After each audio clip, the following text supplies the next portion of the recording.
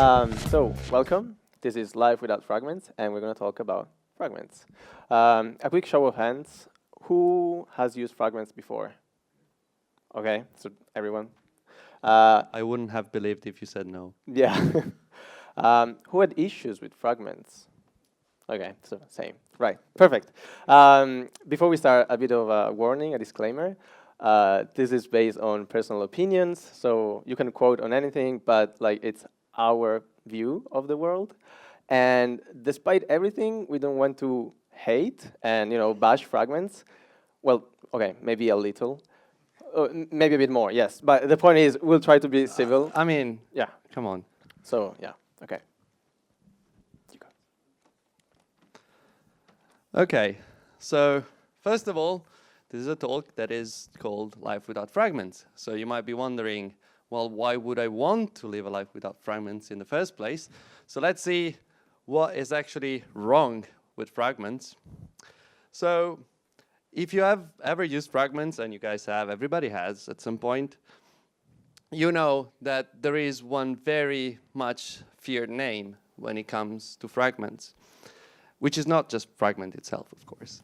And to get there, we would just want to play a small role-playing game.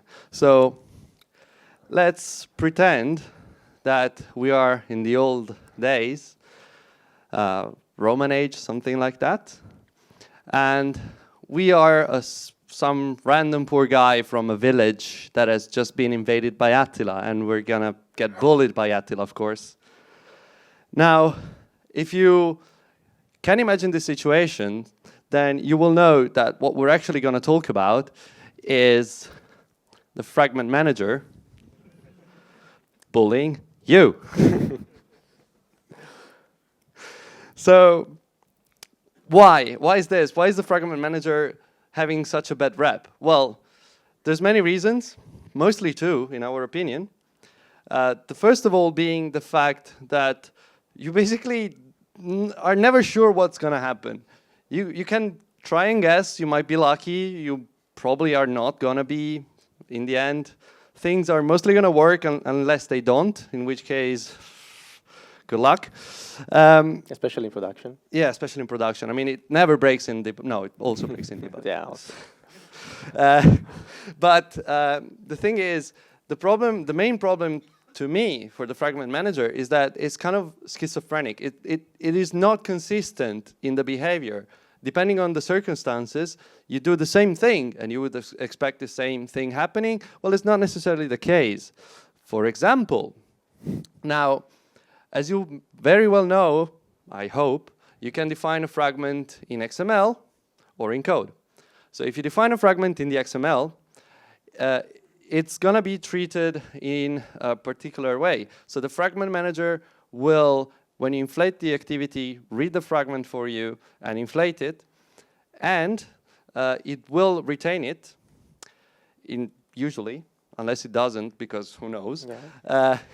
And then, even if you rotate the activity with the device, for example, and the activity is destroyed and recreated, and maybe the new version of the activity doesn't have that fragment, but the fragment will likely still be there, because the fragment manager keeps it around. I don't know if that's by design or if it's a bug, but I've seen that happening a lot of times. I think the idea is that if it's in the UI, then it's supposed to be used as a UI component. Yeah. Yeah.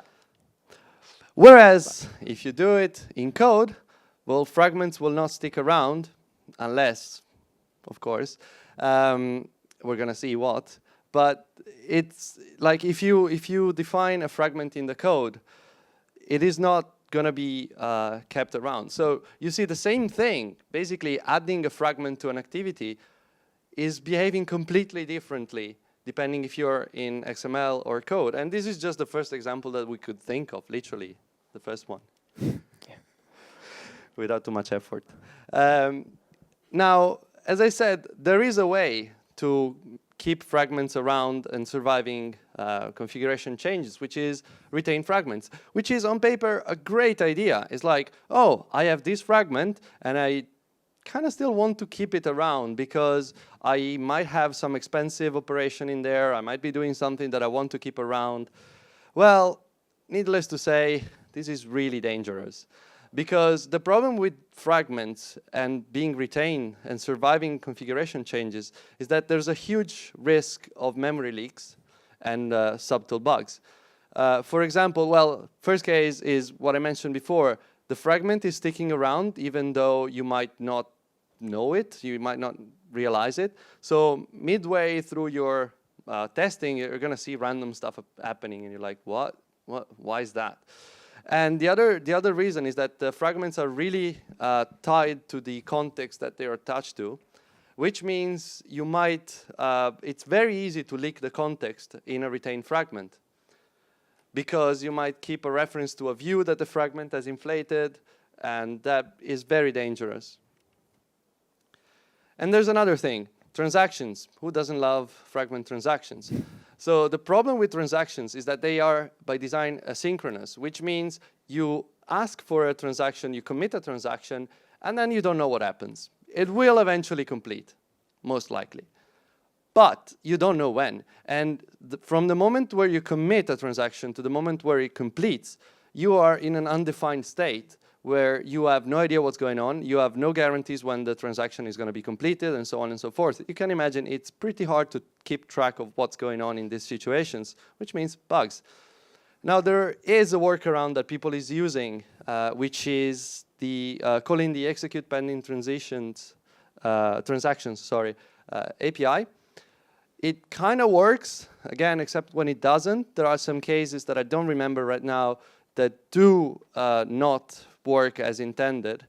Luckily enough, this is actually one of the problems that are going to go away, and we're going to go back to it later. But this is still something you need to consider very carefully.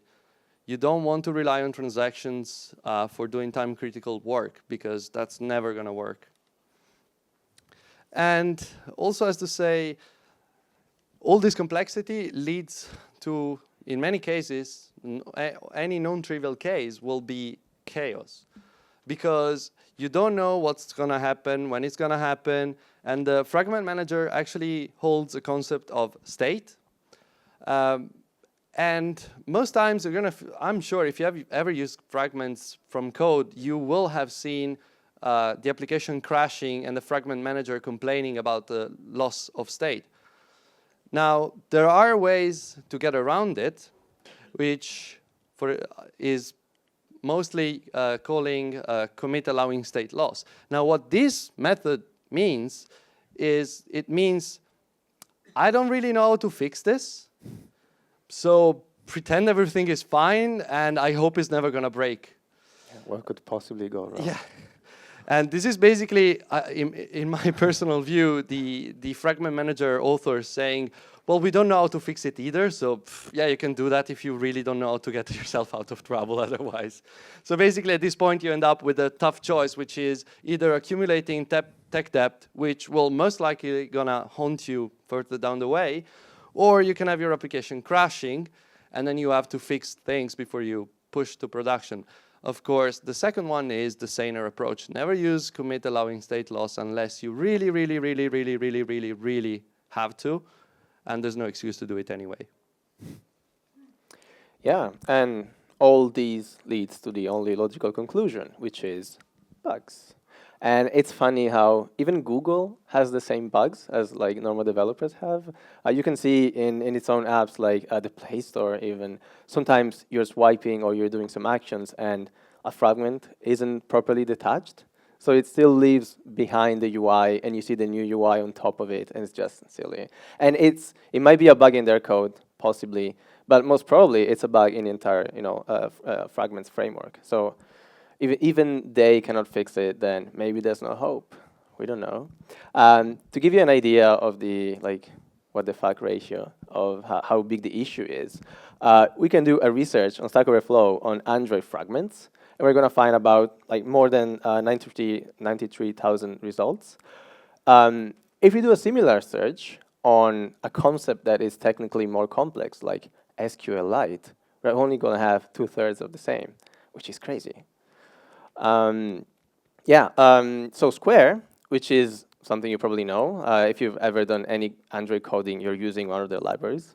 Whether you know it or not. Whether you know it Yeah, or not. exactly. They don't like fragments. They published a blog post called Advocating Against Android Fragments. You might have read it. And they explain why they don't like them and how the ways they created to overcome this. It's a good read. You should probably take a look.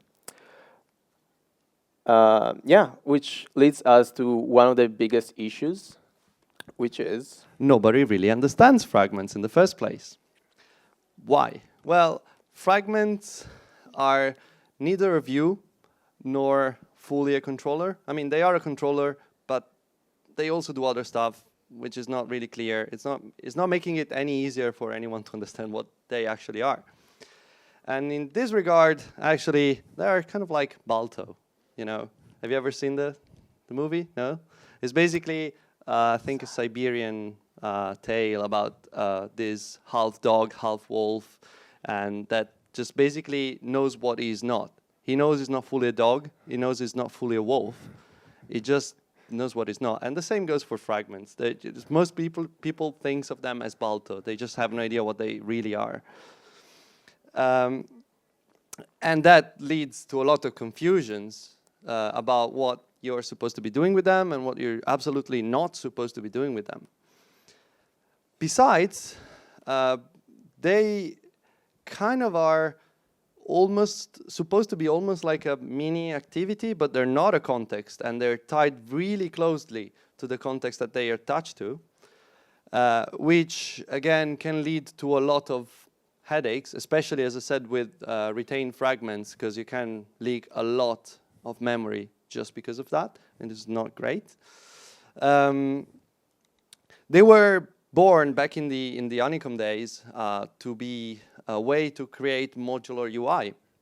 So the idea was you have a phone app, you have screens. If you just take everything that is in your current activity and you dump it in a fragment and create another, like take another screen, which might be the detail screen, and dump that into another fragment, you can have an activity on the phone that shows one at a time, and you can have the same activity that on a tablet shows both at the same time. Now, it is really good on paper because it saves a lot of time. In reality, it didn't play out that well because, first of all, what you used to have in an activity was everything, just dump everything in the activity, which means fragments are going to be a mess. And the activity that contains and manages the fragments is going to be a mess in its turn because it's going to try to manage the fragments and the states and the bugs of the fragment manager. So it becomes a nest of callbacks that you can't really sort out. You did it yesterday, you forgot already. And then, last but not least, is the teeny tiny issue of the fragment lifecycle. So fragments have a lifecycle that starts with a funny fact of saying, as I said before, XML and code are two different ways to create fragments, and there's actually a slightly different life cycle depending on which way you create a fragment. But after that, well, you would think that something would be created before being attached. You would be wrong, because fragments are first attached and then created. Why, I don't know, but that's how it works. So if you actually look at the whole fragment life cycle, you can see that it's not exactly a small one, and it's not exactly a simple one. It was hard to fit it into a single slide. Yeah. Really hard. And this is just half of the picture, because the fragment lifecycle, as I said, is really tied to the containing activities lifecycle and to the fragment manager's idea of how the two should work together. Which means this is the whole picture. So you have the activity lifecycle, which is not trivial, and on top of that, you have the fragment lifecycle that is not even completely matching the activities. So it's kind of a confusing thing. And we have to thank a guy, this Steve guy here, that he did this graph. He went through the source code and checked where things happen, because there is no such thing on the official documentation as a graph that tells you what happens when. Yeah. They probably tried and failed. I don't know. Yeah, it's crazy. So yeah, so you might be asking yourself then, if all this is true, then why do people still use fragments or misuse fragments? So first of all, because they can, like, it's a tool that it's available and it's documented, but the documentation is confusing, and even like the proper usage is not documented, so they just use it.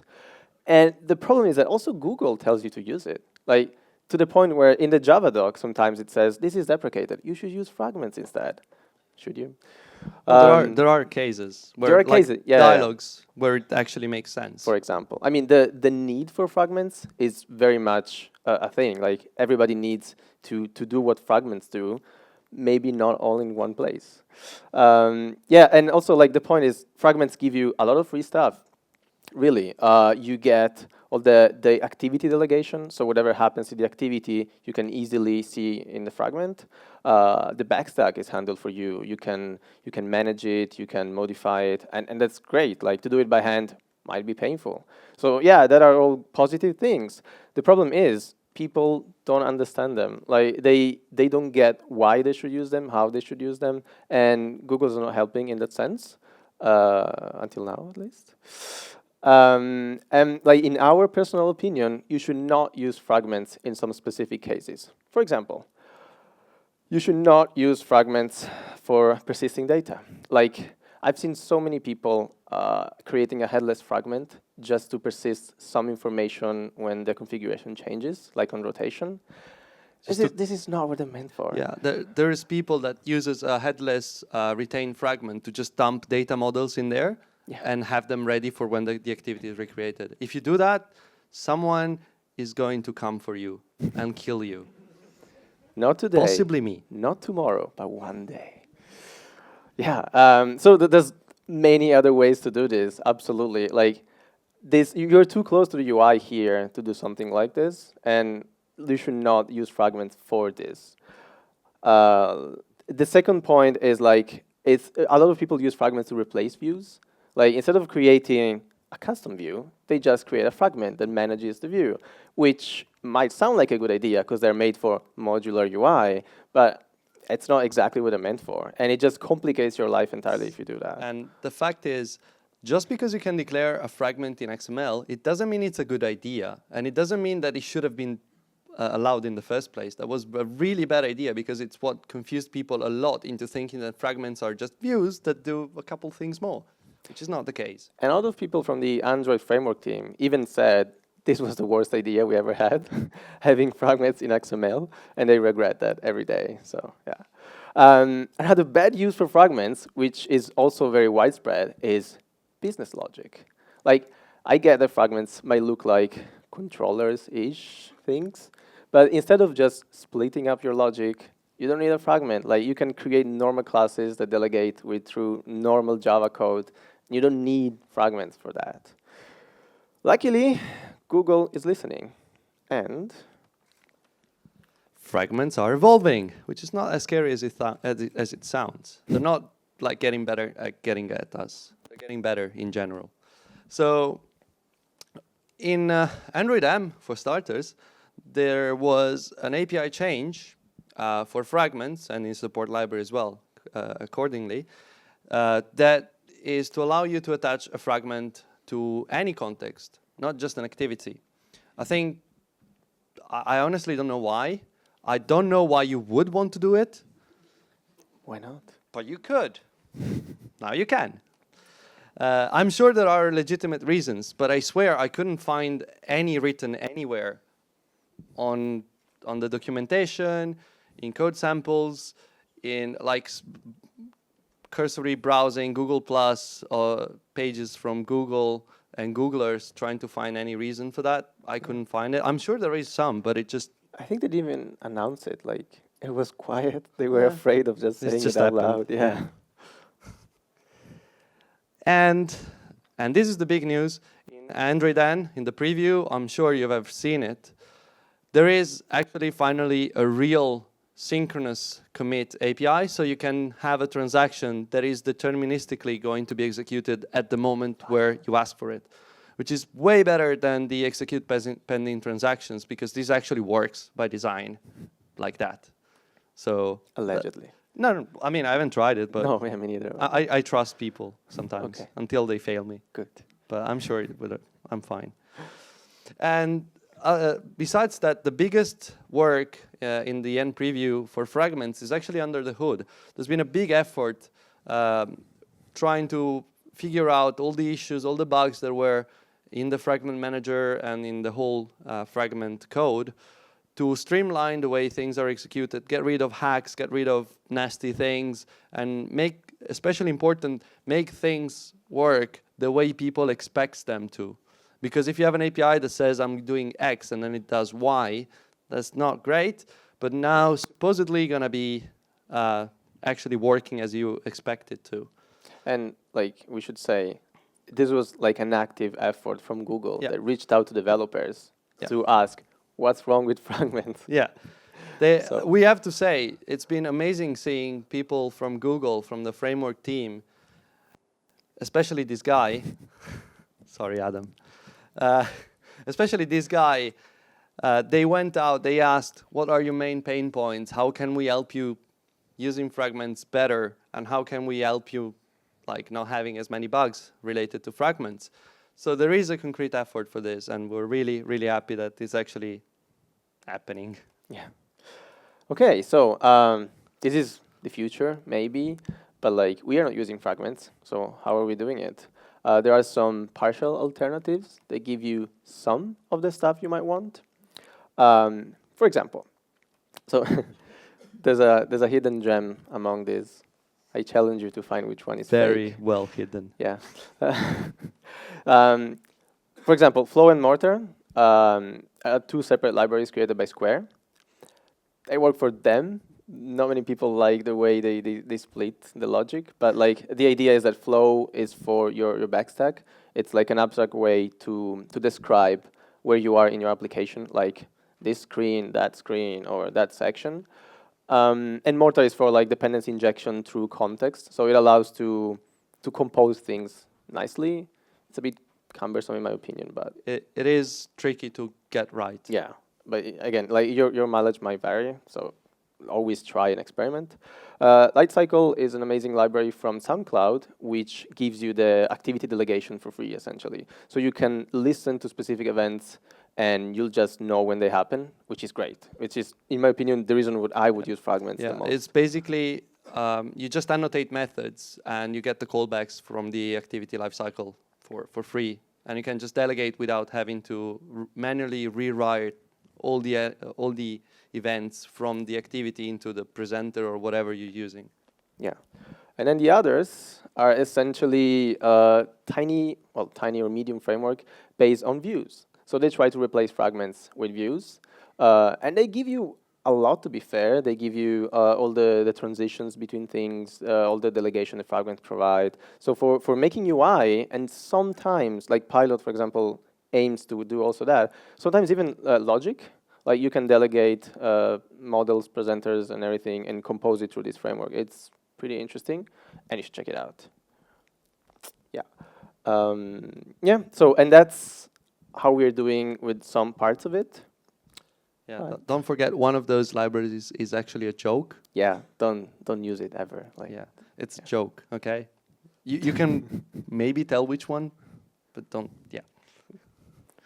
So, okay, this is all good and nice, but how are we actually dealing with having a composable UI and a modular UI without using Fragments?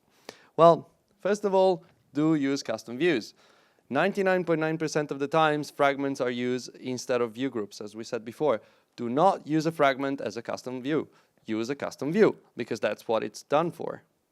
Custom view, I don't mean a view that you don't need to know how it's drawn or handle things. Custom view can be simply you extending a pre-existing layout, like a linear layout. And in that case, what you get is you can encapsulate all the views into, like assign a view to their own logic. So it's just a teeny tiny view layer that you get at that point, because a view only knows about its immediate children, and it acts as a view holder as well. So the find view by ID, for example, are very localized and are very efficient because they're basically for loops. like recursive for loops. And if you do find view by ID on immediate children of yourself, it's going to take no time. So you get that performance boost, which is nice. And you also keep that away from the activity. You don't have like 1,000 fields for every single view you need to touch and the corresponding find view by ID for each one of them, which is good. And then if you use something like a view model, it's very easy. You just pass a view model to your custom view, and the custom view knows how to get the one field it needs and assign it like set text. And it knows what goes to its children. So it's very easy, and you can just basically unpack data as you go deeper and deeper into the view hierarchy. And you can also do something that apparently only fragments can do, which is not true. Like imagine that based on the configuration, you want to inflate a different view hierarchy, right? In fragments, it's easy because like fragments are not a layout, so you can inflate any layout you want. But through a custom view group, you can do exactly the same.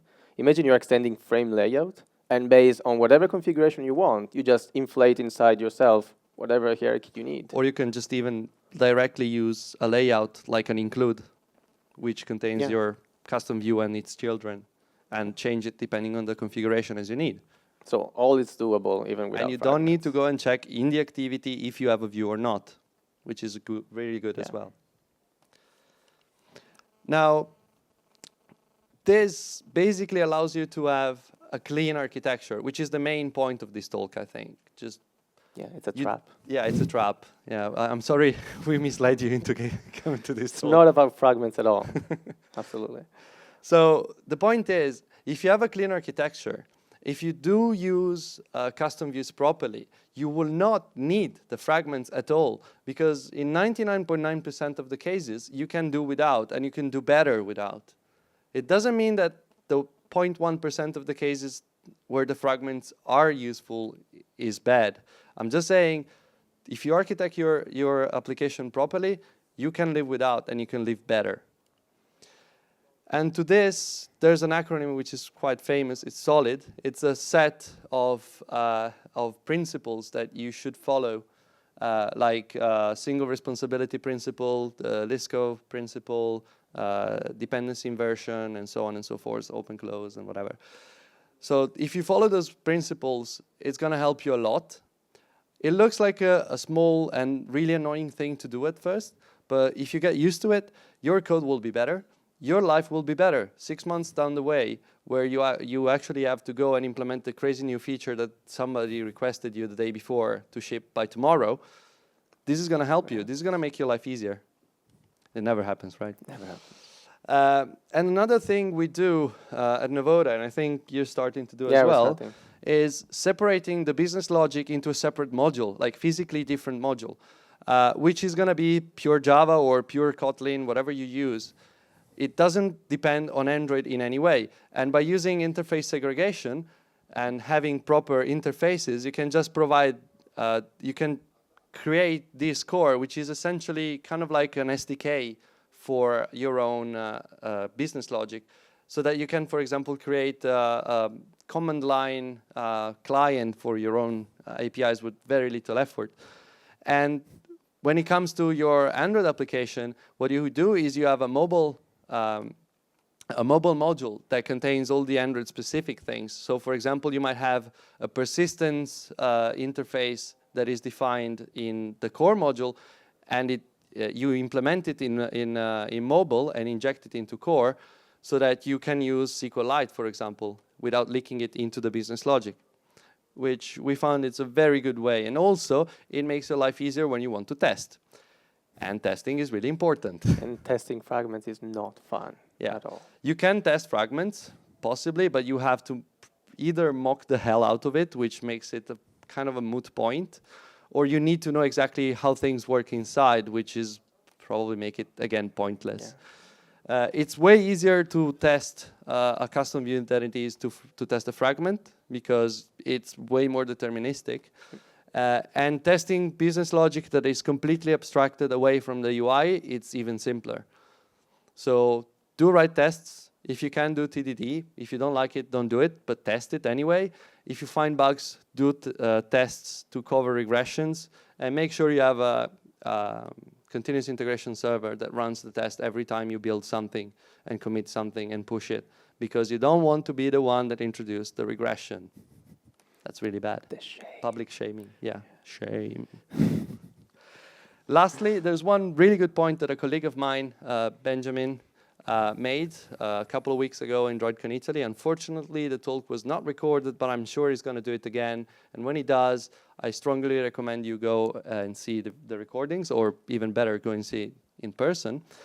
What he advocates for is doing a unidirectional flow. So basically, the data doesn't go both ways. The data is always pushed down from your, basically from, you can say, from the core module, from the background working to the UI. It's never gonna go around when it comes to the UI. It only goes one direction. It never goes back and then forth. And there's many ways to do it. He's proposing an approach that uses RxJava because it basically makes it simple. If you know Java, RxJava already, it's easy. If you don't, of course, it's more complexity. You can use anything. You can not use any framework. You can use RxJava. You can use Jira or whatever you want.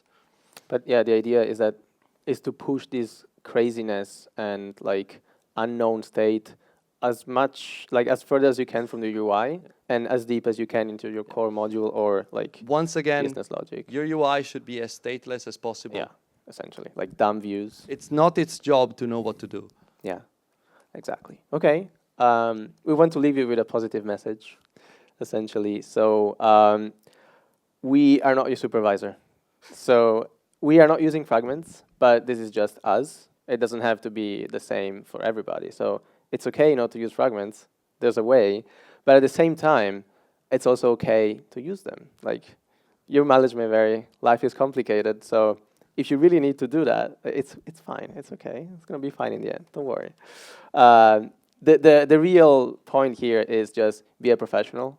Do things right. Do your research before. And always try to do the best and not just be lazy and try to use tools because they're there. Just remember, being a professional means that fragments cannot haunt you at night. Yes, at least your cautions would be clear. That's all that matters. And then a hint, if you really have to use fragments, you should probably use the support library version for two reasons mostly. No, not probably. You have to use the support library version. You probably have to. Remember the guy that is going to come and haunt you and kill you? The same sort of thing. It's part of the same. But yeah, the point is, this is always updated. Like, you always have the latest version this way. All the bugs are fixed, let's say, or like it should be less buggy than the framework version. And most of all, you at least know which code you're running, and like producers cannot change your code under your hood, which is a good thing to have. And also, across all versions, you're sure that the same code is running, which is important. And it minimizes a bit of that uncertainty that we have while using framework classes, essentially, yeah. In the end, as usual, if you do use fragments, or even not, but especially if you do, pray. Actually, pray a lot. It's going to help you. Trust us. Even if you're not religious, we're not, but we prayed anyway. It's not about religion. You get to the all. point. Yeah, like, because the fragment know that you're praying. So, okay, so we're going to leave you with a few links. There's like advocating against Android Fragments, which is the Square blog post. Android Forestry, also from Square. It's a talk that Logan did. It's very, very interesting. You should check it out. It's about the way they're dealing with stuff. The slides are going to be at the end, so don't worry. You can also not take pictures. It's very interesting because they use views for composing everything, and it's very effective for them. Then offline application architecture from Yijit from Google. Selfie. Also very interesting, and you should check it out. And then the life cycle thing picture that you've seen before from the community. And Let It Flow is the talk from Ben. The slides, I don't know, you can see the slides at least, so that's good. Okay. And the code. And the code, which is even better, yeah. So with that said, if you have any questions, no pressure, you can ask. In the meantime, we want to thank you very much for coming and resisting through the ruse of getting you. So I will start with a warm-up question. Round of applause. So my question is, with Fragments API, we have been given also the Loaders API, Loader Manager API. Does this API deserve similar presentation, or is it okay to be used?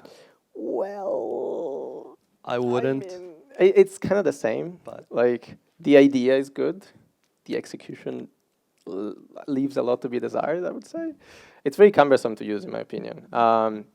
We use RX Java, for example, and it just works way better. Because again, it's just For us, for us, yeah, very important. yeah, as usual. It's very consistent for us and reproducible, and like you just know what you're doing. With loaders, I'm always in this state where I'm like, I'm not exactly sure where I am. Like this uncertainty really is bad for your code, I think. I think for me it's the same. That the uncertainty that comes with loaders sometimes is it can make for a really bad time trying to debug.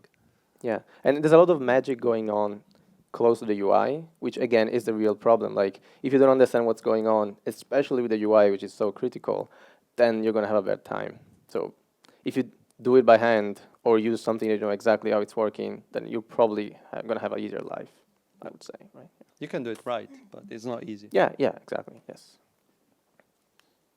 Anybody else? Any other question? Yes. Microphone. I was about to throw mine.